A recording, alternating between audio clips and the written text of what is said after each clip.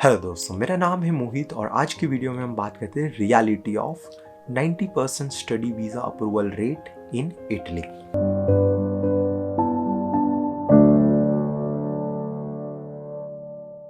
ये जो टर्म है 90% स्टडी वीज़ा अप्रूवल रेट, ये जो टर्म आपको कहीं ना कहीं जाना पहचाना लग रहा होगा और आपने कहीं ना कहीं इसे देखा होगा या सुना होगा, क्योंकि ये वर्ड है वो आजकल बहुत ही ट्रेंड करता है कि it's very easy to get visa in the European countries. तो आज मैं इसी बात को आपके साथ डिस्कस करूंगा पूरा डिटेल में, और मैंने बहुत सारे पॉइंट्स यहाँ पे नोट डाउन भी करके रखे हैं ताकि मैं आपको जो पूरी चीज़ है वो मैं आपको डिटेल में बता सकूं। अब बात ये है कि ये जो 90% अप्रूवल रेट है वो क्लेम कौन करता है। तो मैं आपको बता दूं कि ये क्लेम करते हैं जो अपनी इंडिया की बहुत सारी जो एजुकेशनल कंसल्टेंसीज है वो, या तो आप इंस्टाग्राम्स पे बहुत सारे इन्फ्लुएंसर्स देखते होंगे जो मतलब रील्स बनाते हैं या फिर वीडियोस पुट डाउन करते हैं, और ये जो इन्फ्लुएंसर्स है वो कहीं ना कहीं बैक करते हैं इन जो एजुकेशनल कंसल्टेंसीज है उसको। अब ये सवाल आता है कि इनके पास ये डेटा आता कहाँ से। अगर मैं कोई चीज़ क्लेम करता हूँ कि भाई इटली के अंदर आपको 90% चांसेस है वीज़ा के, तो मेरे पास एक डेटा होना चाहिए। डेटा के अंदर हम मेनली दो चीज़ें देखते हैं। एक होता है कि number of application has been filed in the consulate और एम्बेसी, और दूसरा होता है कि उन एप्लीकेशंस में से कितने वीज़ा रिजेक्ट हुए और कितने अप्रूव हुए।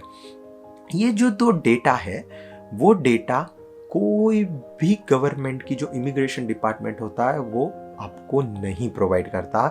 जहाँ तक मैं इटली में रहता हूँ मुझे पता है कि इटालियन गवर्नमेंट ये डेटा कभी पब्लिश नहीं करती है। तो फिर ये क्लेम कैसे कर सकते हैं कि जो आप वीज़ा करते हैं उसमें आपके 90% चांसेस है आपके वीज़ा आने के लिए। ये क्लेम करने के लिए ये अपना खुद का बनाया हुआ डेटा यूज़ करते हैं, आपको मैनिपुलेट करते हैं ताकि आपका जो पैसा है वो सीधा इनके बैंक अकाउंट में ट्रांसफ़र हो। और रही बात पैसों की, तो यहाँ पे पैसा मैटर बिल्कुल नहीं करता। यहाँ पे मैटर करता है वो है आपका टाइम। क्योंकि बहुत सारे लोग, आप जो ये वीडियो देख रहे हैं उनमें से शायद आप लोगों को ना पता हो, इटली के जो स्टडी वीज़ा प्रोसेस है which is one of the lengthiest process compare to the other European countries. क्योंकि इटली के अंदर अगर आपको वीज़ा चाहिए हो तो आपको मिनिमम ये मान लीजिए कि दिसंबर या जनवरी से आपको अप्लाई करना शुरू करना पड़ता है। यूनिवर्सिटीज़ के कॉल शुरू हो जाते हैं नवंबर से, तब आप उसको फेब्रुअरी एंड या तो फिर मार्च तक आपका कॉल लेटर आता है और आगे प्रोसेस होती है, और आप जब वीज़ा अप्लाई करते हैं तब तक अक्टूबर या सितंबर आ जाता है, which would be around 9 month process. तो ये जो आपका टाइम है वो इम्पॉर्टेंट है और यहाँ पे ये चीज़ें नहीं देखी जाती।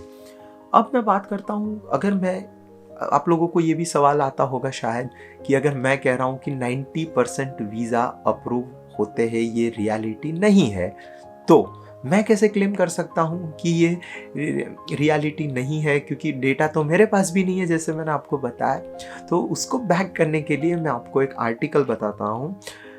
26 नवंबर 2019 में द फ्री प्रेस जर्नल ने एक आर्टिकल रिलीज किया था। उसके अंदर खुद कॉन्सुलेट जनरल ऑफ इटली इन मुंबई ने ये बताया कि recently around 5000 Indian students private और पब्लिक यूनिवर्सिटीज़ में पढ़ाई कर रहे हैं। उन्होंने फर्दर ये भी बताया कि we have a very high rejection rate. आप, मैं जो लिंक है इस आर्टिकल को डिस्क्रिप्शन में डाल दूंगा, आप उसे खोल के देख सकते हैं, आपको आइडिया आ जाएगा कि क्या। उन्होंने ये भी कहा कि हम 1/3 एप्लीकेशंस जो है वो रिजेक्ट की जाती है। ये एक इनफॉर्मल टॉक था। अगर ये चीज़ वो इनफॉर्मल टॉक में बोलते हैं, दैट मीन्स कि जो रियलिटी है उसमें जो रिजेक्शन रेट है वो बहुत ही हाई है।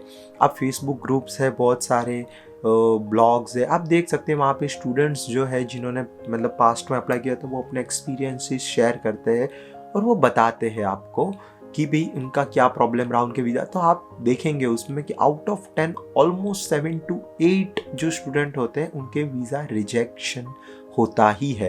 दैट मीन्स जो वीज़ा का कोटा होता है वो ओनली 10 to 20% होता है अप्रूवल रेट। जो ये मैं आर्टिकल बता रहा हूँ उसके अंदर भी जो कॉन्सुलेट जनरल है उन्होंने मेंशन किया हुआ था कि we want best student in Italy.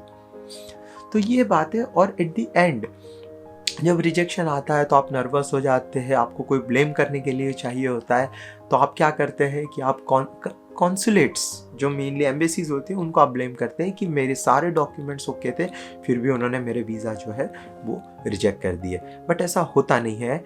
जो रियलिटी है वो ये है कि जो आप जब अप्लाई करते हो तब आप कहीं ना कहीं रिसर्च नहीं करते हो कि ये यूनिवर्सिटीज़ में कितना कोटाज है, इस यूनिवर्सिटीज़ में क्या रिक्वायरमेंट्स है, और जो वीज़ा रिक्वायरमेंट है वो आपने क्या सही में फुलफ़िल की है या नहीं की है। क्योंकि आप 100% रिलाय हो जाते हो एजुकेशनल कंसल्टेंसीज पे, क्योंकि वो आपसे चार्ज करते हैं एक हेफ्टी अमाउंट, और वो हेफ्टी अमाउंट पे करने के बाद आप सोचते हैं कि आई एम फ्री, अब मेरी कोई रिस्पॉन्सिबिलिटी नहीं है, वो कर रहे हैं मेरे बिहाफ में, और आप उन पे रिलाय होते हो।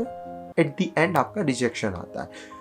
तो ये सारी चीज़ को भी अगर आप प्रोस्पेक्टिव स्टूडेंट्स हैं तो आपको ये सारी चीज़ें ध्यान में रखनी होगी before applying for the visa. और कौन सी चीज़ें आप ध्यान में रख सकते हैं वीज़ा अप्लाई करने के टाइम, ताकि आपका जो रिजेक्शन रेट है वो डिक्रीज हो जाए और अप्रूवल रेट इंक्रीज हो जाए। उसके लिए मैं एक अलग से वीडियो बनाऊंगा और आपको बताऊंगा कि आप कैसे ये सारी चीज़ों को इरेडिकेट करके आप आपका जो चांस है फॉर अप्रूवल वो आप इंक्रीज कर सकते हैं। हाँ, मैं आपको ये बता दूं, मैं आपको कोई भी फॉल्स होप नहीं दूंगा कि आप ये करेंगे तो आपको 100% वीज़ा मिल जाएंगे। नो, क्योंकि आप कभी बता ही नहीं सकते कि क्या डिसीजन होगा, क्योंकि एट द एंड जो डिसीजन होता है वो वीज़ा ऑफिसर का होता है। बट जो आप एप्लीकेशन फाइल करते हो वो आपके ऊपर होती है, आप उसको कितनी स्ट्रांग बनाते हो उस एप्लीकेशन को, वो मैटर करती है आपका वीज़ा अप्रूव करने में। आई होप कि आपको ये वीडियो इन्फॉर्मेटिव लगा होगा। अगर आप इटली में आके पढ़ाई करना चाहते हैं या आपके कोई दोस्त जो इटली में आके पढ़ाई करना चाहते हैं और वो सोचते हैं कि आप कैसे पूरी थिंग मैनेज कर सकते हैं, सेल्फ एप्लीकेशन करनी चाहिए, एजुकेशन कंसल्टेंसीज हायर करनी चाहिए, उसके लिए मैं वीडियोस बनाता रहूँगा आगे। आप मेरी इस वीडियो को लाइक करिए, आपके दोस्तों के साथ शेयर करिए और मेरी चैनल को सब्सक्राइब करना बिल्कुल ना भूलिए।